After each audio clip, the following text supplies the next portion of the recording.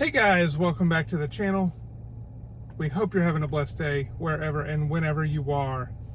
Now we're so happy that you're joining us again for yet another daily Bible reading as we hop through the Bible in 60 days. Now you can find this plan and other plans like it on a website called questionsgod.com. That's questionsgod.com. Special thanks to the folks there for letting us do this plan on YouTube. You can also follow this plan on our channel. You can go to our playlist, the Bible for Kids in 60 Days playlist. It's on our channel. You can catch up with all of our daily readings as we do these Monday through Friday. And today is day 45. We're going to continue in the Gospel of John. We are going to hear about the crucifixion of Jesus. So today we're going to read out of the NIV, as always for this series, but we're going to read John chapters 18 and 19. Are you ready? I'm ready. John chapter 18, Jesus arrested. When he had finished praying, Jesus left with his disciples and crossed the Kidron Valley. On the other side there was a garden, and he and his disciples went into it. Now Judas, who betrayed him, knew the place, because Jesus had often met there with his disciples. So Judas came to the garden, guiding a detachment of soldiers and some officials from the chief priests and the Pharisees. They were carrying torches, lanterns, and weapons. Jesus, knowing all that was going to happen to him, went out and asked them, "Who is it you want?" "Jesus of Nazareth," they replied. "I am he," Jesus said, and Judas the traitor was standing there with them. When Jesus said, "I am he," they drew back and fell to the ground. Again he asked them, "Who is it you want?" "Jesus of Nazareth," they said. Jesus answered, "I told you that I am he. If you are looking for me, then let these men go." This happened so that the words he had spoken would be fulfilled. "I have not lost one of those you gave me." Then Simon Peter, who had a sword, drew it and struck the high priest's servant, cutting off his right ear. The servant's name was Malchus. Jesus commanded Peter, "Put your sword away. Shall I not drink the cup the Father has given me?" Then the detachment of soldiers, with its commander and the Jewish officials, arrested Jesus. They bound him and brought him first to Annas, who was the father-in-law of Caiaphas, the high priest that year. Caiaphas was the one who had advised the Jewish leaders that it would be good if one man died for the people. Peter's first denial. Simon Peter and another disciple were following Jesus. Because this disciple was known to the high priest, he went with Jesus into the high priest's courtyard. But Peter had to wait outside at the door. The other disciple, who was known to the high priest, came back, spoke to the servant girl on duty there, and brought Peter in.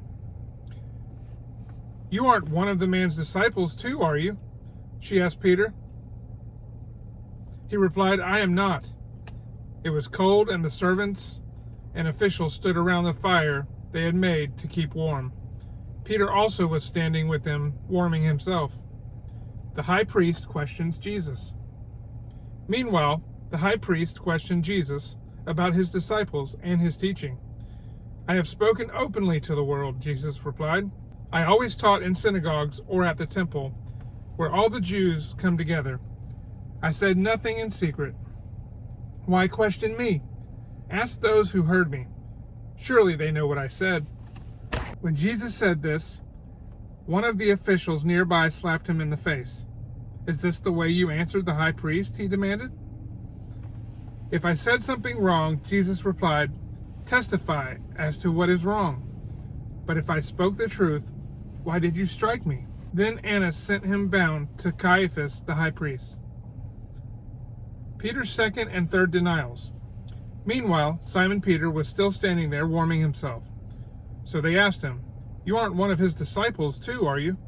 He denied it, saying, "I am not." One of the high priest's servants, a relative of the man whose ear Peter had cut off, challenged him, "Didn't I see you with him in the garden?" Again Peter denied it, and at that moment a rooster began to crow. Jesus before Pilate. Then the Jewish leaders took Jesus from Caiaphas to the palace of the Roman governor.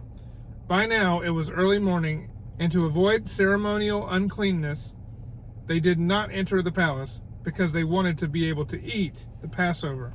So Pilate came out to them and asked, "What charges are you bringing against this man?" "If he were not a criminal," they replied, "we would not have handed him over to you."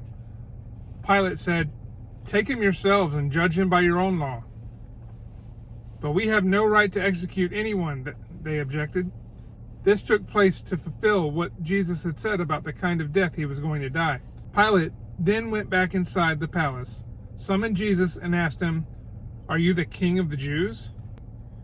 "Is that your own idea?" Jesus asked, "or did others talk to you about me?" "Am I a Jew?" Pilate replied. "Your own people and chief priests handed you over to me. What is it you have done?" Jesus said, "My kingdom is not of this world. If it were, my servants would fight to prevent my arrest by the Jewish leaders. But now my kingdom is from another place." "You are a king, then," said Pilate. Jesus answered, "You say that I am a king. In fact, the reason I was born and came into the world is to testify to the truth. Everyone on this side of the truth listens to me." "What is truth?" retorted Pilate. With this, he went out again to the Jews gathered there and said, "I find no basis for a charge against him, but it is your custom for me to release to you one prisoner at the time of the Passover. Do you want me to release the king of the Jews?" They shouted back, "No, not him. Give us Barabbas." Now Barabbas had taken part in an uprising. That was chapter 18. And we're going to pick up with chapter 19, where Jesus is sentenced to be crucified. Jesus sentenced to be crucified. Then Pilate took Jesus and had him flogged. The soldiers twisted together a crown of thorns and put it on his head. They clothed him in a purple robe and went up to him again and again, saying, "Hail, King of the Jews!" And they slapped him in the face. Once more Pilate came out and said to the Jews gathered there, "Look, I am bringing him out to you to let you know that I find no basis for a charge against him." When Jesus came out wearing the crown of thorns and the purple robe, Pilate said to them, "Here's the man." As soon as the chief priests and their officials saw him, they shouted, "Crucify, crucify!" But Pilate answered, "You take him and crucify him. As for me, I find no basis for a charge against him." The Jewish leaders insisted, "We have a law, and according to the law, he must die, because he claimed to be the Son of God." When Pilate heard this, he was even more afraid, and he went back inside from the palace. "Where do you come from?" he asked Jesus. But Jesus gave him no answer. "Do you refuse to speak to me?" Pilate said, "Don't you realize that I have power either to free you or to crucify you?" Jesus answered, "You would have no power over me if it were not given to you from above. Therefore, the one who handed me over to you is guilty of a greater sin." From then on, Pilate tried to set Jesus free, but the Jewish leaders kept shouting, "If you let this man go, you are no friend of Caesar. Anyone who claims to be a king opposes Caesar." When Pilate heard this, he brought Jesus out and sat down on the judge's seat at a place known as Stone Pavement, which in Aramaic is Gabbatha. It was the day of preparation of the Passover. It was about noon. "Here's your king," Pilate said to the Jews. But they shouted, "Take him away! Take him away! Crucify him!" "Shall I crucify your king?" Pilate asked. "We have no king but Caesar," the chief priests answered. Finally, Pilate handed him over to them to be crucified. The crucifixion of Jesus. So the soldiers took charge of Jesus. Carrying his own cross, he went out to the place of the skull, which in Aramaic is called Golgotha. Golgotha, where they crucified him, and with him 2 others, one on each side, and Jesus in the middle.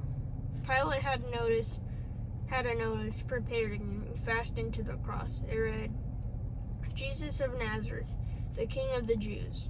Many of the Jews read the sign, for the place where Jesus was crucified was near the city, and the sign was written in Aramaic, Latin, and Greek. The chief priests of the Jews protested to Pilate, "Do not write the King of the Jews, but that is man claimed to be the King of the Jews." Pilate answered, "What I have written, I have written." When the soldiers crucified Jesus, they took his clothes, dividing them into 4 shares, one for each of them, with the undergarment remaining. This garment was seamless, woven in one piece from top to bottom. "Let's not tear it," they said to one another. "Let's decide by lot who will get it." This happened that the scripture might be fulfilled, that said, "They divided my clothes among them, and cast lots for my garment." So this is what the soldiers did. Near the cross of Jesus stood his mother's sister, Mary the wife of Clopas, and Mary Magdalene. When Jesus saw his mother there, and the disciples whom he loved standing nearby, he said to her, "Woman, here's your son," and to the disciple, "Here's your mother." From that time on, this disciple took her into his home. The death of Jesus. Later, knowing that everything had now been finished, and so that scripture would be fulfilled, Jesus said, "I am thirsty." A jar of wine vinegar was there, so they soaked a sponge in it, put the sponge on a stalk of the hyssop plant, and lifted it to Jesus' lips. When he had received the drink, Jesus said, "It is finished." With that, he bowed his head and gave up his spirit. Now it was the day of preparation, and the next day was to be special Sabbath, because the Jewish leaders did not want the bodies left on the crosses during the Sabbath. They asked Pilate to have the legs broken and the bodies taken down. The soldiers therefore came and broke the legs of the first man who had been crucified with Jesus, and then those of the others. But when they came to Jesus and found that he was already dead, they did not break his legs. Instead, one of the soldiers pierced Jesus' side with a spear, bringing a sudden flow of blood and water. The man who saw it has given testimony, and his testimony is true. He knows that he tells the truth, and he testifies so that you also may believe. These things happened so that the scripture would be fulfilled. Not one of his bones will be broken. And as another scripture says, they will look on the one they have pierced. The burial of Jesus. Later, Joseph of Arimathea asked Pilate for the body of Jesus. Now Joseph was a disciple of Jesus, but secretly because he feared Jewish leaders. With Pilate's permission, he came and took the body away. He was accompanied by Nicodemus, the man who earlier had visited Jesus that night. Nicodemus brought a mixture of myrrh and aloes, about 75 pounds. Taking Jesus' body, the 2 of them wrapped it with the spices and strips of linen. This was in accordance with Jewish burial customs. At the place where Jesus was crucified, there was a garden, and in the garden a new tomb, in which no one had ever been laid. Because it was the Jewish day of preparation, and since the tomb was nearby, they laid Jesus there. Alright guys, that was the crucifixion all the way up to the burial of Jesus. Make sure you join us tomorrow or on the very next reading as we see what happens next. Well guys, if you've been encouraged by this reading or enjoy this content, we're a family channel. We try to put out positive, fun, family, and faith-based content. And we try to put it out 7 days a week. We try. But we do what we can. So, with all that being said, guys, we hope to see you on the next family video. God bless.